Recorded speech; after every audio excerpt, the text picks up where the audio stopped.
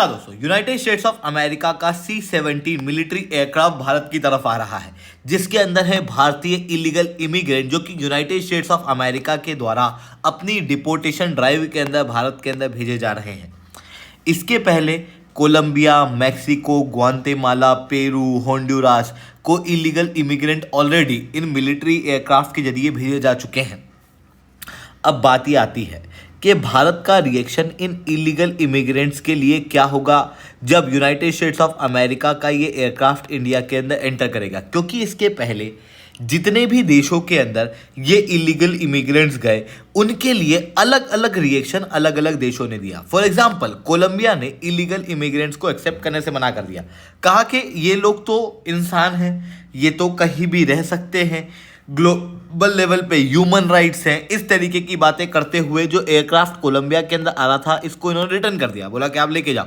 जिसके बाद United States of America के प्रेसिडेंट डोनाल्ड ट्रंप द्वारा टैरिफ लगाने की घोषणा कर दी गई कोलंबिया के ऊपर। कोलंबिया डर गया, और जब कोलंबिया डरा तो कोलंबिया ने खुद से अपना एक प्रेसिडेंशियल एयरक्राफ्ट भेजा और वहां से जो मिलिट्री एयरक्राफ्ट इलीगल इमिग्रेंट लेके आ रहा था उनको खुद कोलंबिया के अंदर लेके आया। जिसके बाद यूनाइटेड स्टेट्स ऑफ अमेरिका ने जो टैरिफ लगाने की बात की थी उसको होल्ड कर दिया। दूसरी तरफ मैक्सिको ने भी सिमिलरली यूएस डिपोर्टेशन को एक्सेप्ट करने से मना कर दिया। वहीं दूसरे देश आसानी से यूएस डिपोर्टेशन को एक्सेप्ट भी कर रहे हैं, क्योंकि ये एक बहुत ही बड़ा सेंसिटिव मुद्दा होता है जनरली दो देशों के बीच में जब भी इलीगल इमिग्रेंट वापस जाते हैं, क्योंकि इलीगल इमिग्रेंट्स के कोई डॉक्यूमेंटेशन नहीं होते, जिसके कारण से जिस देश के अंदर डिपोर्ट वापस से किया जाता है वो देश अक्सर एक्सेप्ट करने से मना कर देता है। तो फिर बात आती है भारत का रिएक्शन यहाँ पर क्या होगा, यूएस की डिपोर्टेशन ड्राइव क्या, हर एक चीज़ को मैं शुभेंदु चौहान डिटेल में आप लोगों के साथ में चर्चा करूंगा।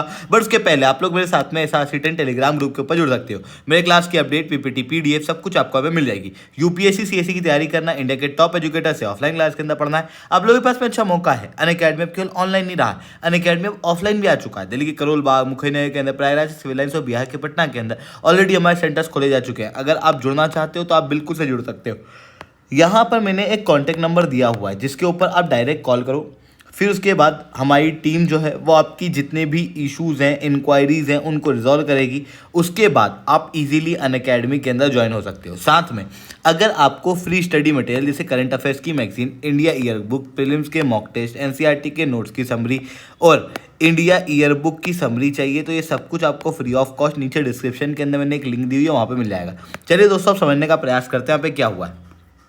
देखो, यूनाइटेड स्टेट्स ऑफ अमेरिका के अंदर इलीगल इमिग्रेंट एक बहुत सेंसिटिव इशू है। अब बात आती है सबसे पहले तो कि इलीगल इमिग्रेंट्स क्या होते हैं। एक्चुअल में ये वो लोग होते हैं जिनके पास में कोई डॉक्यूमेंट नहीं है और ये बिना डॉक्यूमेंट के किसी और देश के अंदर चले जाते हैं। फॉर एग्जाम्पल, वीज़ा, इंडिया से यूएस जाने के लिए वीज़ा चाहिए। अगर कोई व्यक्ति बिना वीज़ा के बॉर्डर फांद के यूएस चले जाए तो फिर वो इलीगल इमिग्रेंट कहलाएगा। या फिर कोई ऐसा व्यक्ति जो कि वीज़ा लेके यूएस गया है पर उसके वीज़ा की डेट एक्सपायर हो चुकी है, तो अभी प्रेजेंटली उसके पास में कोई भी लीगल डॉक्यूमेंट नहीं है यूएस में लेने के लिए, तो उसे भी हम इलीगल इमिग्रेंट ही कहेंगे। तो इस तरीके के लोग इलीगल इमिग्रेंट कहलाते हैं। यूनाइटेड स्टेट्स ऑफ अमेरिका के अंदर लगभग 11 मिलियन लोग इलीगल इमिग्रेंट हैं। अभी तक कोई भी ऑथोराइज डाटा अवेलेबल नहीं है। अलग अलग सोर्सेज अलग अलग बात करते हैं क्योंकि कोई भी सेंसस नहीं किया गया है इस चीज़ के ऊपर, बट माना जाता है कि लगभग 11 मिलियन लोग illegal immigrant United States of America के अंदर हैं, जो कि अलग अलग देश से बॉर्डर फांद फांद के आए हैं। खास रूप से मैक्सिको से आते हैं, यहाँ के घने जंगलों से उठ के अमेरिका के अंदर आ जाते हैं, क्योंकि अमेरिका के अंदर ओवरऑल क्वालिटी ऑफ लाइफ जो है वो बाकी देशों के मुकाबले अच्छी मानी जाती है। साथ में एम्प्लॉयमेंट अपॉर्चुनिटी भी अच्छी है इस वजह से। तो Mexico, Venezuela, Guatemala, Cuba, Honduras, Colombia, Ecuador, El Salvador, ये सब आपको दिखाई देगी नॉर्थ साउथ अमेरिकन कंट्रीज़ और दूसरी तरफ सेंट्रल अमेरिकन कंट्रीज़ जिनकी border United States of America के बहुत क्लोज है और वो easily United States of America के अंदर घुस जाते हैं। इवन कई सारे भारतीय लोग भी इसी तरीके से यूनाइटेड स्टेट्स ऑफ अमेरिका के अंदर इलीगल इमिग्रेंट के रूप में रह रहे हैं। अगर आपने डुंकी मूवी देखी होगी जो कि शाहरुख खान की आई है, तो उसके अंदर भी इन्हीं चीज़ों को दिखाया गया था कि किस तरीके से लोग इलीगल तरीके से दूसरे देशों के अंदर, खास रूप से वेस्टर्न कंट्रियों के अंदर जाने का प्रयास करते हैं, इंडिया के अंदर भी। अब यूनाइटेड स्टेट्स ऑफ अमेरिका को बात आती है कि इन इलीगल इमिग्रेंट से दिक्कत क्या है। देखो, ग्लोबल लेवल पे आप देखोगे तो एंटी इमिग्रेशन पॉलिसी खास रूप से वेस्टर्न वर्ल्ड के अंदर देखने को मिलेगी, चाहे वो यूरोप हो, चाहे वो और कोई जगह हो, क्योंकि ग्लोबल लेवल पे माना जा रहा है कि इलीगल इमिग्रेंट्स की वजह से कई सारे इश्यूज क्रिएट हो रहे हैं। जैसे कि जितना भी क्राइम हो रहा है, उन सारे क्राइम के बढ़ने का कारण इन्हीं इलीगल इमिग्रेंट्स को कारण बता के थोप दिया जा रहा है। सारे एलिगेशन इनके ऊपर लगाए जा रहे हैं। कहा जा रहा है कि हमारे देश के अंदर जो क्राइम रेट बढ़ रहा है वो सब इलीगल इमिग्रेंट्स की वजह से बढ़ रहा है। दूसरी तरफ जो जॉब कम होगी तो फिर लोग क्या कहेंगे, कह रहे यार जॉब भी जो है वो कंपटीशन बढ़ जा रहा है, ये इलीगल इमिग्रेंट आ रहे हैं इनकी वजह से।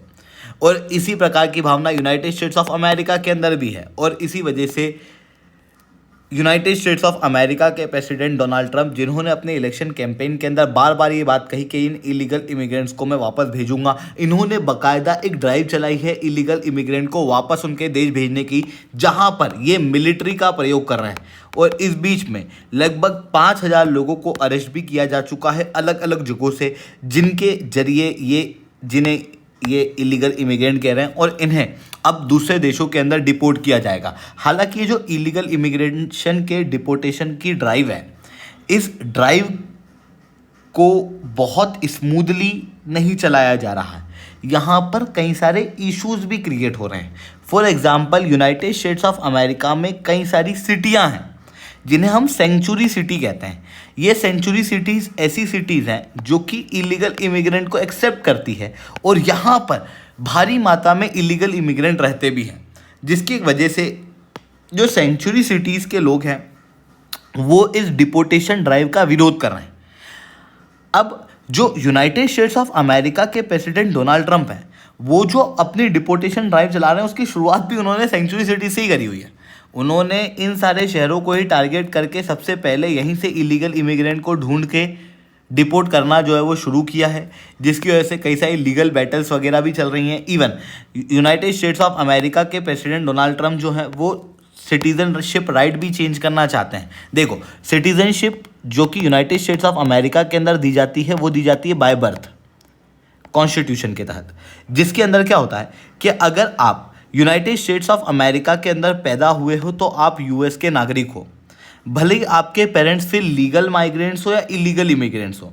इसी कारण से और ज़्यादा मात्रा में illegal immigrants United States of America में आते हैं। इसे इस चीज़ से फील करना कि आप एक इलीगल इमिग्रेंट हो, या फिर आप अपने किसी देश में हो, लेटस से आप हो होंडुरास में, और आपके पास एम्प्लॉयमेंट की कोई अपॉर्चुनिटी नहीं है, आप जंगल के अंदर रह रहे हो, लाइफ की क्वालिटी बिल्कुल भी आपकी अच्छी नहीं है, और आपको लग रहा है कि यार थोड़ा अच्छा एम्प्लॉयमेंट अपॉर्चुनिटी मिले, उसके लिए आप सोचते हो कि यूनाइटेड स्टेट्स ऑफ अमेरिका चले जाएं, क्योंकि वहाँ पर एम्प्लॉयमेंट अपॉर्चुनिटी भी अच्छी है, और अगली जनरेशन जो होगी वो यूएस की नागरिक हो जाएगी। तो आप सोचोगे कि ठीक है, मेरा तो हो गया जीवन, अब अगली जनरेशन के लिए मेरे को यूएस चले जाना चाहिए, वहाँ पे मैं आके बच्चा पैदा करूँगा ना, तो बच्चा जो है वो यूएस का एक लीगल सिटीजन बन जाएगा। इसी वजह से कई सारे लोग यूएस के अंदर इलीगल माइग्रेंट के अंदर के रूप में जाते हैं, और इसी वजह से यूनाइटेड स्टेट्स ऑफ अमेरिका के प्रेसिडेंट डोनाल्ड ट्रंप की जो स्ट्रेटजी नंबर 2 है, उसके अंदर वो अपने कॉन्स्टिट्यूशन को चेंज करके जो बर्थ राइट के आधार पर सिटीजनशिप दी जाती है उसको चेंज करना चाह रहे हैं। तीसरी तरफ यूनाइटेड स्टेट्स ऑफ अमेरिका के president Donald Trump illegal immigration को रोकने के लिए यहाँ पर आर्मी का प्रयोग कर रहे हैं। हालांकि आर्मी का प्रयोग करने की वजह से जो ओवरऑल डिपोर्टेशन ड्राइव है वो काफ़ी ज़्यादा महंगी पड़ रही है।